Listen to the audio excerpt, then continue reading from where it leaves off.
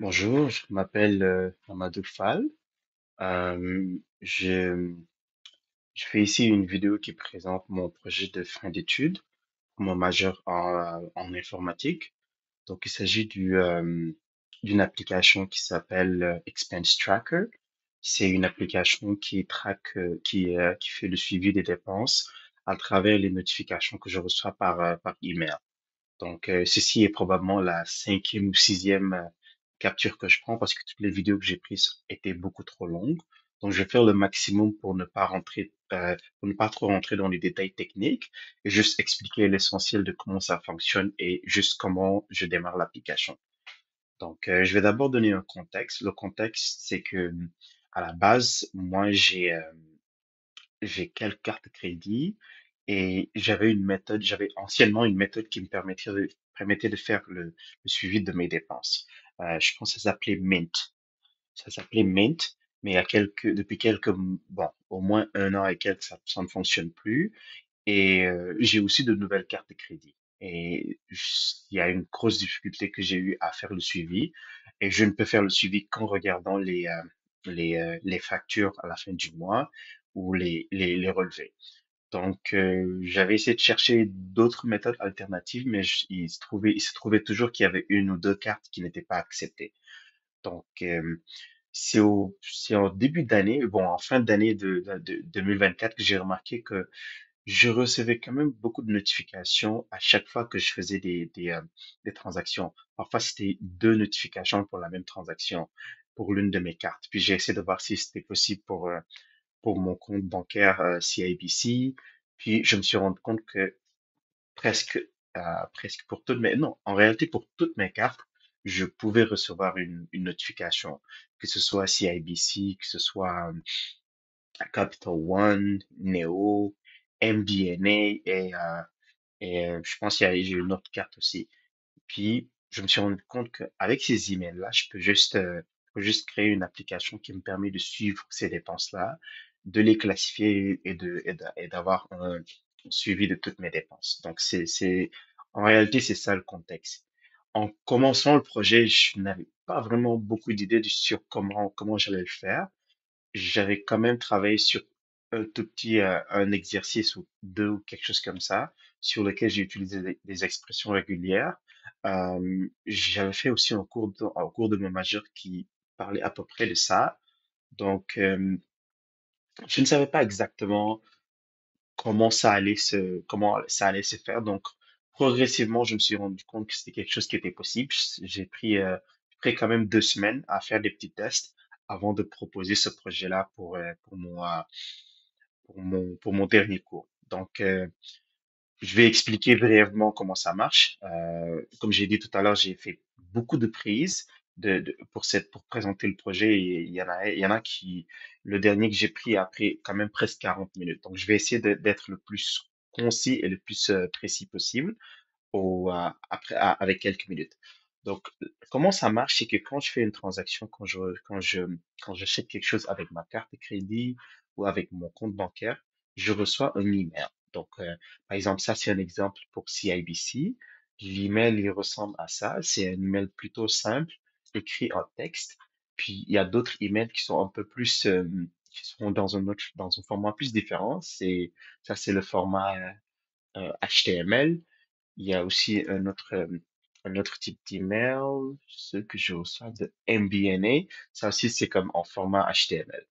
Donc, l'essentiel du projet, c'est que je prends ces emails-là, à partir de ces emails qui sont récupérés sur ma boîte email à travers IMAP. IMAP me permet d'utiliser mon email et un mot de passe. Un mot de passe, c'est pas exactement le mot de passe de mon compte Gmail, mais un mot de passe que je vais créer à travers mon compte Gmail. Le IMAP va récupérer les emails qui ont été envoyés par ma banque ou par mon institution financière. Puis, c'est à partir de ces emails-là que l'extraction, le traitement et, euh, et tout le reste va se faire. Donc, ce qui va se passer, c'est que je vais d'abord créer un mot de passe qui permettra à l'application d'accéder à mon compte. Donc, je vais pas utiliser mon vrai mot de passe Gmail, On peut le faire à travers ce qu'on appelle ici un password. Donc, à partir de... Oh, je vais me connecter. Donc, à partir d'ici, je peux créer, par exemple, une application, si je l'appelle Expense Tracker, ça va créer un mot de passe pour moi, Expense Tracker. Donc, bon, je vais pas utiliser ce mot de passe-là. En réalité, j'ai déjà un mot de passe. Donc, euh, ce mot de passe-là peut être utilisé pour, c'est celui que je vais mettre dans un de mes fichiers qui s'appelle Credentials. Donc, c'est le mot de passe que je vais mettre ici. Ce que ça fait, c'est que ça permet à IMAP de se connecter dans mon compte Gmail et de pouvoir lire les emails. Donc j'ai créé un script Python qui permet de lire ces emails-là. Originalement, c'était juste pour lire le texte, mais je me suis rendu compte qu'il y a beaucoup d'emails qui sont HTML, donc c'est un peu plus complexe, mais ça permet de prendre plus de détails. Donc, ça va lire les emails HTML, et ça va les mettre dans une sorte de, après traitement, bien sûr, dans une sorte de base de données. Et c'est avec cette base de données-là c'est cette base de données-là que je vais exploiter et pouvoir les afficher dans ma page. Donc, je vais d'abord mettre le mot de passe ici. Je vais le mettre dans une autre page. Puis, une fois que ces emails sont dans mon compte, euh, j'ai créé, comme par exemple, une sorte de fichier configuration. À la base, c'était dans un script Python, puis à la fin, j'ai juste décidé de le sortir parce que j'avais l'idée de rajouter d'autres banques. On peut ajouter, j'ai customisé pour chaque banque ou pour chaque carte, celui qui envoie les mots-clés, à partir de quel moment prendre le montant, à partir de quelle lettre ou quelle étape prendre le lieu de l'achat ou la description. Donc, ça dépend de chaque banque. Chaque banque a une sorte de description, des sortes de mots. Par exemple, pour ma carte de crédit CIBC, c'est le nouvel achat avec votre carte de crédit. C'est le mot-clé qui sort le plus souvent. Donc, j'ai juste utilisé le nouvel achat avec votre carte de. Mais je peux utiliser quelque chose de plus simple. Même chose pour Capital One, MBNA et Neo Crédit. Donc, il y a différents types de descriptions aussi que je reçois. Donc, c'est pour ça que j'ai utilisé ces trois lignes-là. Donc, ça, c'est la deuxième étape. La première, c'est de mettre l'identifiant. La deuxième étape, c'est de mettre les règles qui nous permettent d'extraire les emails, parce qu'il y a beaucoup d'emails qui viennent de ces comptes-là, mais il faudrait choisir ceux qui contiennent des transactions. Sans rentrer dans les détails techniques, c'est ça qui se passe en général. Il y avait déjà, j'avais déjà plein de scripts qui me permettaient de faire l'extraction directement à partir de la console. Mais finalement, j'ai trouvé une façon de juste le mettre dans l'interface, puis de faire l'extraction. Donc, on va commencer par cette page. Ça, c'est cette page qui me permet de faire l'extraction directement à partir de l'interface utilisateur. Supposons je veux faire l'extraction à partir du 6 au, euh, au 11. En réalité, c'est pas significatif. J'ai mis du 6 au 11 parce que je sais que entre le 6 et le 11, il y a des transactions que j'ai déjà mis et il y a des transactions que je n'ai pas mises juste pour que je puisse faire la démonstration. Donc, quand je vais cliquer sur extraire email, ça va d'abord regarder oh, attendez, je vais d'abord démarrer l'application. Désolé, je, je le démarre à travers le terminal. Donc là, c'est probablement pas actif. Ouais, c'est ça. Donc, je démarre d'abord l'application à travers le, euh, le terminal. Donc, moi, j'ai utilisé React pour la visualisation parce que je trouve que c'est beaucoup plus beau et, euh, et je suis familier avec React. Je l'ai appris il y a 3 ans. C'est vrai qu'il y a eu 3 ans, à peu près 4 ans, c'est vrai qu'il y a eu un gap où j'ai pas vraiment pratiqué, mais ça fait du bien de revenir sur React et d'apprendre de nouvelles choses. Donc, et surtout que maintenant, c'est devenu beaucoup plus facile avec le debugging, donc je peux faire plein de choses. Donc, là, je vais démarrer le serveur et la base de données.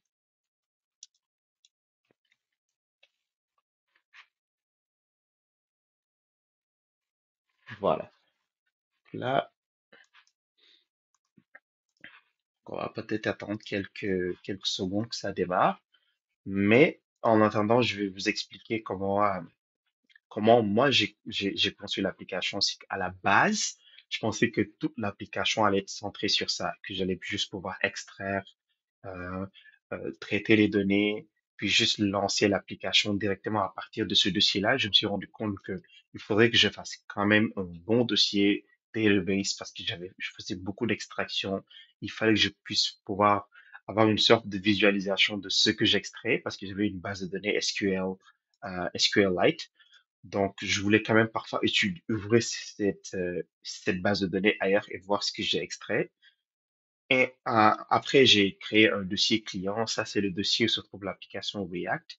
Puis, je vais revenir sur ces autres dossiers brièvement. Donc, là, on a le serveur React. Donc, voilà. Là, je voulais extraire entre le 6, là, l'application a démarré, entre le 6 et le 11 juillet. Je clique sur extraire. Ce que ça fait, c'est que ça vient dans Credentials. Ça regarde est-ce que mon email et mon mot de passe sont corrects. Ça scanne les emails entre ces dates-là. Ça prend le montant. Après avoir pris le montant, ça check d'abord les règles avant de prendre les montants et les trucs. Ça va prendre la description. Puis, ça sélectionne les emails. Puis, à partir des emails, on sort ce dont on a besoin. Donc là, maintenant, on a une liste qui correspond à ce qu'on a. J'avais prévu de voir de mettre en évidence les emails qui sont comme copiés, où il y a par exemple des, euh, des doublons. Effectivement, j'ai déjà fait le scan pour ces deux dates-là, puis j'ai expressément choisi de faire entrer certaines transactions pour pouvoir les montrer dans la démonstration. Puis aussi, j'ai ajouté la fonctionnalité qui me permet de voir le courriel, de voir le courriel HTML commencer. Pourquoi? Parce je me suis rendu compte qu'il y avait des transactions. Oui, je voyais le montant, mais je ne pouvais pas reconnaître, je ne savais pas c'était quand ou pourquoi. Donc, il fallait que j'ai plus de détails sur ce qui se passe. Donc là, je vais pas mettre tous les montants. Je vais juste je vais choisir Alibaba. Je vais choisir le restaurant Alibaba, euh, 34,51, puis on va traiter la sélection. Une fois que je clique ici, ça va faire entrer cette transaction dans la base de données et je pourrai la voir dans le tableau de bord. Donc, je vais vous expliquer comment ça marche ici. Ici, au départ, j'ai juste mis des données fictives. Pourquoi? Parce que euh, j'utilise React, puis quand j'ai commencé le projet au départ, j'avais juste une très longue page avec des transactions, puis c'était extrêmement difficile de manipuler les vraies transactions. Je voulais juste avoir une certaine sorte de malléabilité où je pouvais juste essayer des choses avant de mettre les vraies transactions. Donc, j'ai créé des banques, etc., etc. Ça, c'était à la base, c'était Desjardins, Visa Débit, BMO, RBC, puis là, maintenant, c'est les vraies transactions. J'ai quand même laissé les données fictives parce que si quelqu'un veut quand même tester mon logiciel et que j'avais pas mis ma base de données, ils peuvent quand même expérimenter avec ces données fictives-là. Mais je vais quand même laisser mes vraies transactions dans la base de données pour que celui qui teste ou évalue puisse quand même les voir. Donc, ici, par exemple, euh, j'ai utilisé React parce que ça me permet de faire traverser les données à travers tous les components. Et quand moi j'ai appris React, c'est vrai que je ne savais pas à quel point l'utilité en tant que telle, je l'ai juste appris parce que c'était là l'autre direction, c'était l'autre framework que je pouvais juste apprendre après avoir appris JavaScript. Mais au fur et à mesure de mes petits projets que je faisais avant, j'ai compris que c'est très utile, surtout quand on a plusieurs components, plusieurs blocs qui utilisent les mêmes données mais qu'on a besoin de mettre à jour constamment sans pour autant mettre à jour toute la page. Donc, c'était très utile ici, surtout pour ce projet-là, parce que j'avais commencé, comme j'ai dit, même si c'était React, j'avais commencé avec une longue page, mais au fur et à mesure, j'ai juste affiné. Donc, qu'est-ce que ça me permet de faire en quelque sorte? Ça me permet de voir toutes les transactions que j'ai faites. Avant cette démonstration, j'ai quand même fait un scan qui a pris toutes les transactions de février juin ou juillet. Donc, on a à peu près toutes les transactions qui sont ici. Je n'ai pas catégorisé la plupart, mais elles sont là. Elles sont toutes là.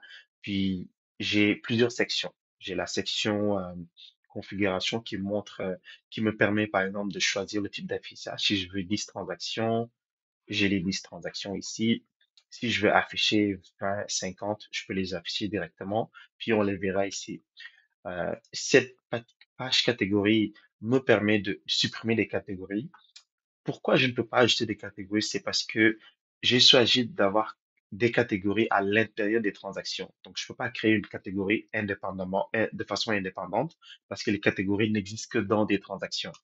Et mais j'ai créé une section tag qui me permet maintenant de créer des tags comme je veux. Je veux que les catégories soient plus strictes, plus restreintes.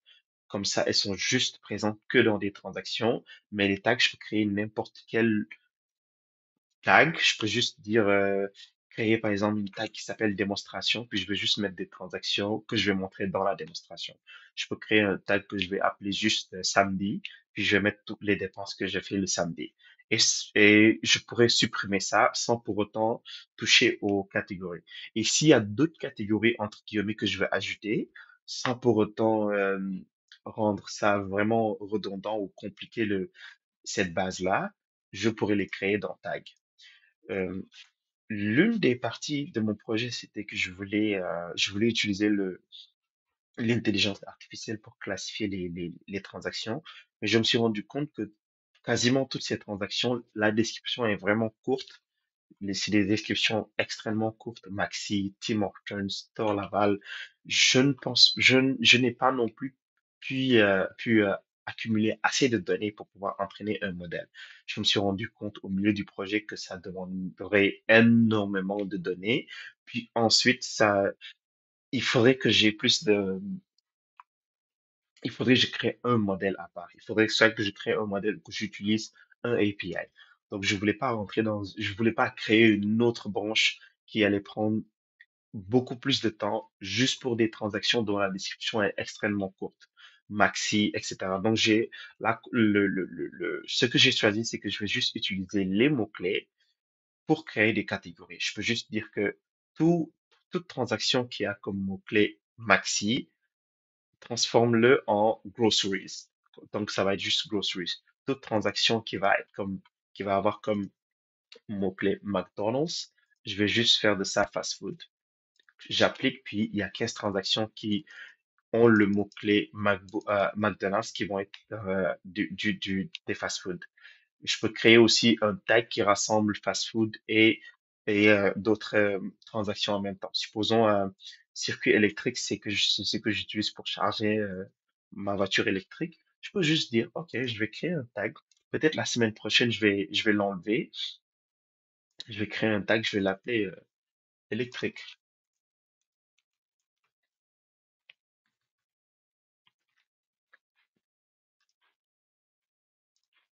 Puis dans correspondance, je vais juste l'appliquer à électrique. Circuit électrique. Il y a 5 transactions qui seront, bon, je l'ai mal tapé là, mais euh, l'essentiel c'est que maintenant, les transactions qui ont le mot circuit électrique ont été taguées électrique. Là aussi, c'est que je me suis rendu compte qu'il y a des transactions, supposons je retire du cash, je voudrais pouvoir quand même si je dépense ce cash-là sur quelque chose de spécifique, si un jour il me reste $200 de cash que j'ai retiré un jour, je voudrais quand même pouvoir le mettre dans mon système. Donc, je peux créer une nouvelle transaction en mettant le montant, la date, la description, la catégorie et le type de carte. Ça, je l'ai fait aussi plus pour pouvoir tester des différentes transactions. J'ai quand même mis des montants assez grands juste pour voir comment ça allait rentrer dans les courbes et tout. Donc, voici la première partie. L'autre, le grand menu, c'est juste le nombre de transactions, le montant de toutes les transactions et le total. Maintenant, le grand avantage d'utiliser React et d'utiliser aussi le framework que j'ai utilisé, c'est que ça me permet de pouvoir avoir comment dire, une certaine cohérence sur toute la page. Supposons je choisis Maxi. Toutes les transactions Maxi seront sélectionnées. En même temps, je ne vais voir que les transactions Maxi ici. Avant, pour chaque section, j'avais des filtres. Finalement décidé d'avoir juste des filtres et une configuration en haut pour pouvoir tout filtrer en même temps. Donc là, maintenant, je vais avoir toutes les transactions au Maxi. Je vais avoir juste la répartition des transactions du Maxi et que les transactions du Maxi sur la grande liste qui est en bas. Donc, il n'y a que les transactions de Maxi, le nombre de transactions Maxi, le total de ces transactions-là, le montant des moyens, le montant moyen des courses que j'ai fait au Maxi. Donc, c'est ça l'avantage, c'est que je peux quand même sélectionner plusieurs tags. Je peux sélectionner deux tags en même temps. Ce que j'ai mis démonstration tout à l'heure. Je peux avoir aussi la répartition de ces catégories-là. Euh, L'autre avantage, c'est que je peux choisir les dates. Je vais enlever ça. Je peux choisir les dates, je peux choisir le type de banque.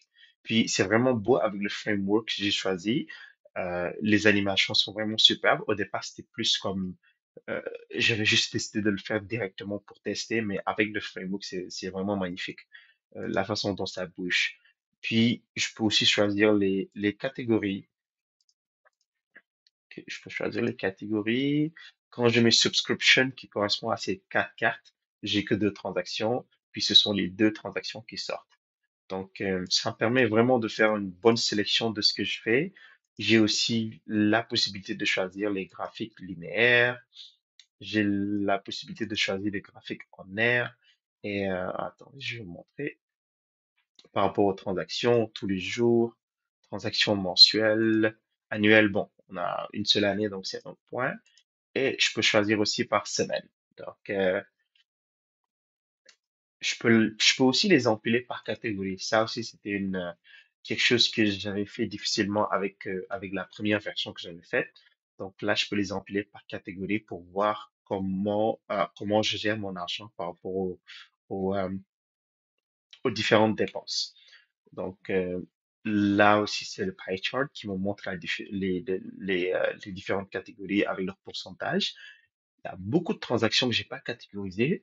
Pourquoi? Parce que j'ai repris le travail à zéro parce que euh, je voulais faire un dernier scan. À l'origine, mes transactions ne contenaient pas de cases qui me permettaient de voir l'email au complet. Parce que avant, j'avais toutes les transactions, mais dans la base de données des transactions, il n'y avait pas l'email. Il n'y avait pas l'email en tant que tel. Donc, oui, c'est vrai que ça alourdit la base de données, mais je voulais pas faire une démonstration sans montrer les emails à la base. Donc, je voulais quand même que la démonstration soit complète et que quand je fais le scan et qu'on sache que c'est une vraie transaction qui est arrivé réellement. Comme le restaurant Alibaba, je peux voir l'email, le vrai email que j'ai fait à cette date-là. Et il y a une transaction que j'ai fait avec Capital One de 13 dollars, Walmart. Je peux voir le vrai email. C'est comme ça que l'email m'a été envoyé. J'ai dépensé 13 dollars au Walmart le 6 juillet 2025. Ça aussi, ça me permet aussi de voir s'il y a des erreurs parce que je me suis rendu compte aussi au milieu du projet qu'il y a eu beaucoup d'erreurs sur la façon dont j'ai fait mes règles. Donc, il y a beaucoup de transactions qui ne sont pas sorties. Il y a des choses qui n'étaient pas vraiment des transactions, mais puisqu'il y avait les chiffres, ils les ont pris comme transactions. Donc, ça, c'est une méthode de contrôle additionnelle. Comme j'ai dit tout à l'heure, je voulais utiliser les AI pour faire cette sorte de classification, mais je me suis rendu compte que ça allait beaucoup plus compliqué et ça allait sortir une nouvelle branche.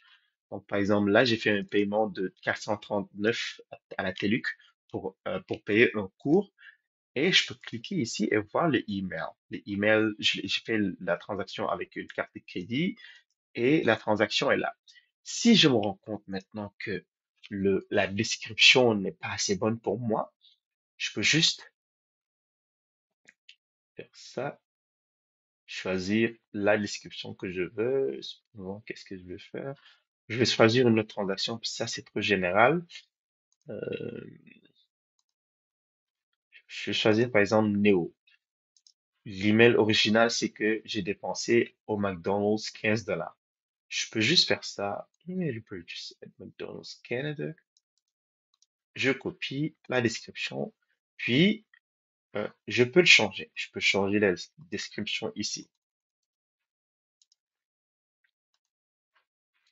Donc, oui, voici une longue description, mais je peux quand même la changer. Je peux aussi changer la description, la catégorie. Je peux même ajouter des tags à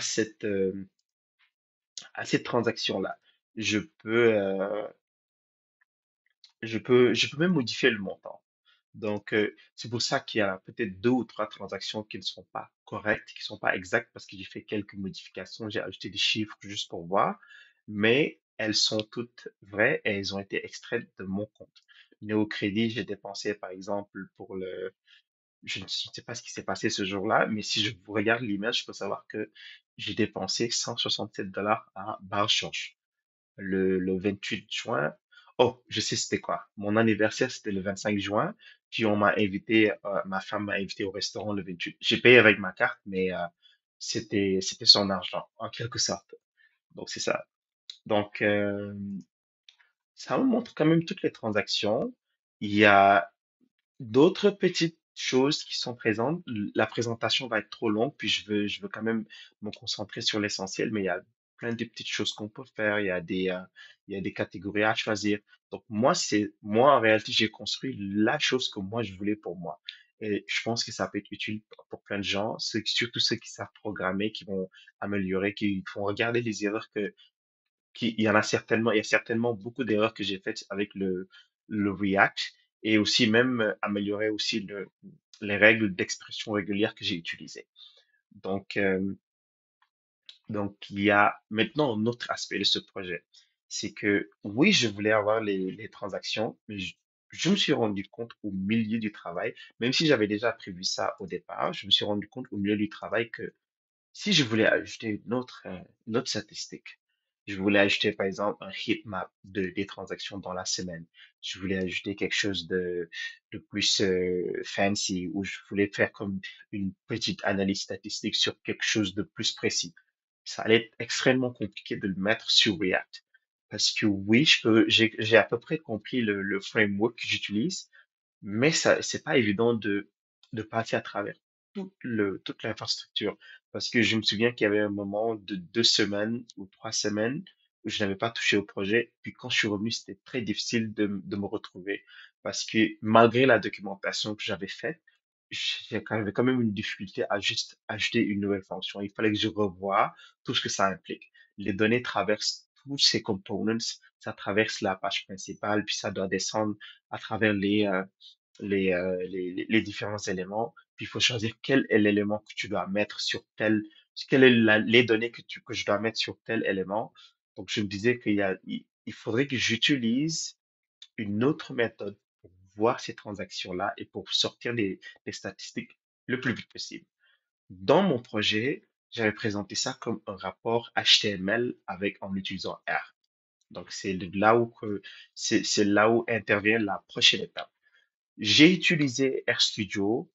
RStudio j'utilise le Markdown pour pouvoir générer un fichier HTML qui me montre les mêmes statistiques, qui peuvent me montrer les mêmes statistiques, mais d'autres, qui me permet par exemple d'afficher des statistiques plus rapidement qu'en utilisant React. Ça, c'est fancy, mais si demain je veux créer autre chose, il faut que j'utilise le modèle R parce que c'est beaucoup plus rapide. Je peux juste voir les choses plus rapidement.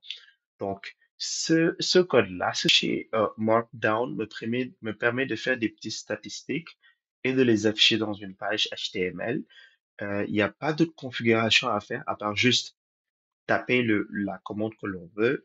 Qu'est-ce qu'on veut? On veut le nombre de transactions, on veut le montant, on veut afficher un graphique, on veut afficher une courbe. Puis c'est direct, c'est vraiment très, très, très direct. Les dépenses mensuelles, c'est comme quelques lignes de code, puis on a ça. Puis cette base de données, ce fichier Markdown est directement lié aux transactions qui sont dans le fichier. Donc après l'extraction des emails, la base de données est déjà disponible et donc je pourrais l'exploiter aussi avec ça. Donc on n'a même pas besoin d'utiliser le React. Si on n'a pas envie d'utiliser le React, on peut juste directement utiliser l'extraction, les scripts d'extraction qui se trouvent dans Extracteur. Puis immédiatement après, ces fichiers sont mis dans le database, dans la base de données, pourra les utiliser. On peut aussi démarrer le React, faire l'extraction à partir d'ici, puis utiliser la base de données directement à partir de RStudio.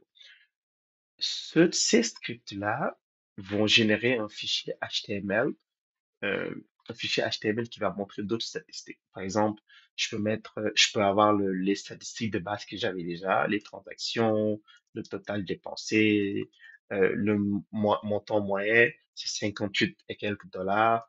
Bon, c'est légèrement différent du React. Ici, ah non, c'est 58,44. C'est légèrement différent parce que je n'ai pas mis à jour parce que les nouvelles transactions que j'ai mises sont pas mises à jour, mais c'est à peu près, c'est exactement la même chose parce que juste que j'ai ajouté deux nouvelles transactions. Catégorie, ça montre les statistiques, c'est moins fancy, c'est moins beau, mais on peut générer des statistiques très vite. Si je me réveille et que je veux savoir qu'est-ce que je dépense par semaine comparé au week-end, je peux juste faire quelques lignes de code, puis je peux générer ça avec le fichier maintenant. Si je veux savoir combien je dépense chaque journée en moyenne, maintenant je sais que par exemple le samedi je dépense beaucoup plus que tous les autres jours, etc. Donc ça c'était comme la deuxième partie du projet. C'est dans le même ensemble parce que les bases de données qui sont extraites sont utilisées aussi par le fichier Markdown. Donc ça c'est peut-être celui que j'ai généré le 18 et actuellement on est le 20. Donc il y a eu deux transactions que j'ai ajoutées entre-temps, mais c'est exactement la même chose et ça sert aussi à générer transactions aussi le plus vite possible. Donc, j'ai fait le maximum pour ne pas prendre une heure de temps à expliquer. J'ai fait le maximum pour essayer de ne pas rentrer dans les détails techniques. Mais en quelque sorte, c'est ça le projet et j'espère que ce sera utile à quiconque avec qui je vais le partager. Et j'espère que le professeur pourra voir aussi ce que j'ai pu faire comme travail.